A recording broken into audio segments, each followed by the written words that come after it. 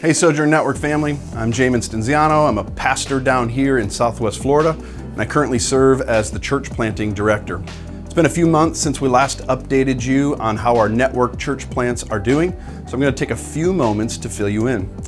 Recently, Dave Owens, myself, a few members of our team, we had a Zoom call with the current funded church plants, which represents about 25 churches that God has planted and is sustaining in this season. From that call, let me give you just a few things that we can celebrate together. Overall, our church plants seem to be thriving. The distinctive time we find ourselves in, it's brought about unique opportunities for innovation, giving the planters and their people new places to step into the needs of their communities.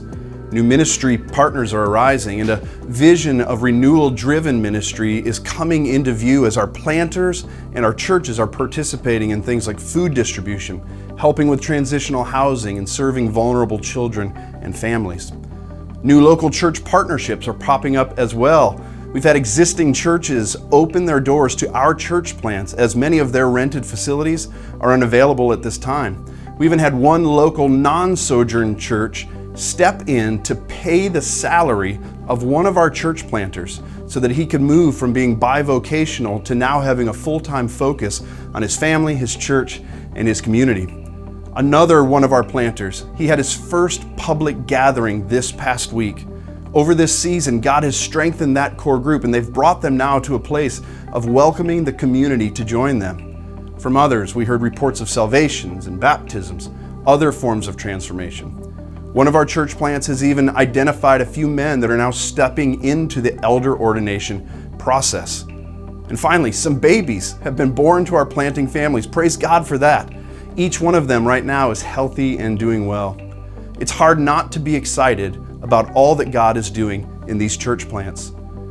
But there are needs and there are burdens as well. While most of our churches are doing okay financially, there are still some resourcing needs that continue to emerge. Many of our planters, they're feeling the burden of leading alone in this season without a plurality of elders to carry the weight of ministry with the planters and their wives. Some are weary and they're discouraged. One of our churches has even recently experienced the pain of a rogue group breaking off in isolation. As is the case with most of us, our planters are navigating the uncertainty of different schooling options, many with children staying home and doing school virtually, offering new challenges to some homes where both parents are working multiple jobs.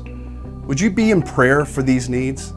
Pray for these pastors and their families that their weariness and discouragement would not move them to despair.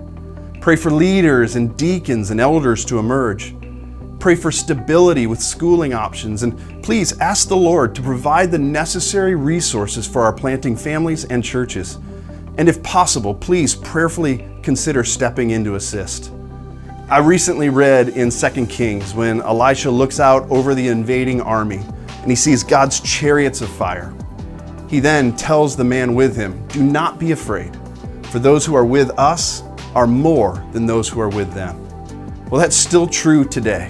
Our God is greater, He's kinder, and He's more loving than anything we are tempted to put our trust in. So let's open our eyes and see what God is doing. Let's rejoice in His sustaining work, and let's keep banging on the doors of heaven for God to meet the needs of these families and these churches as He builds His kingdom. Thanks, Sojourn family.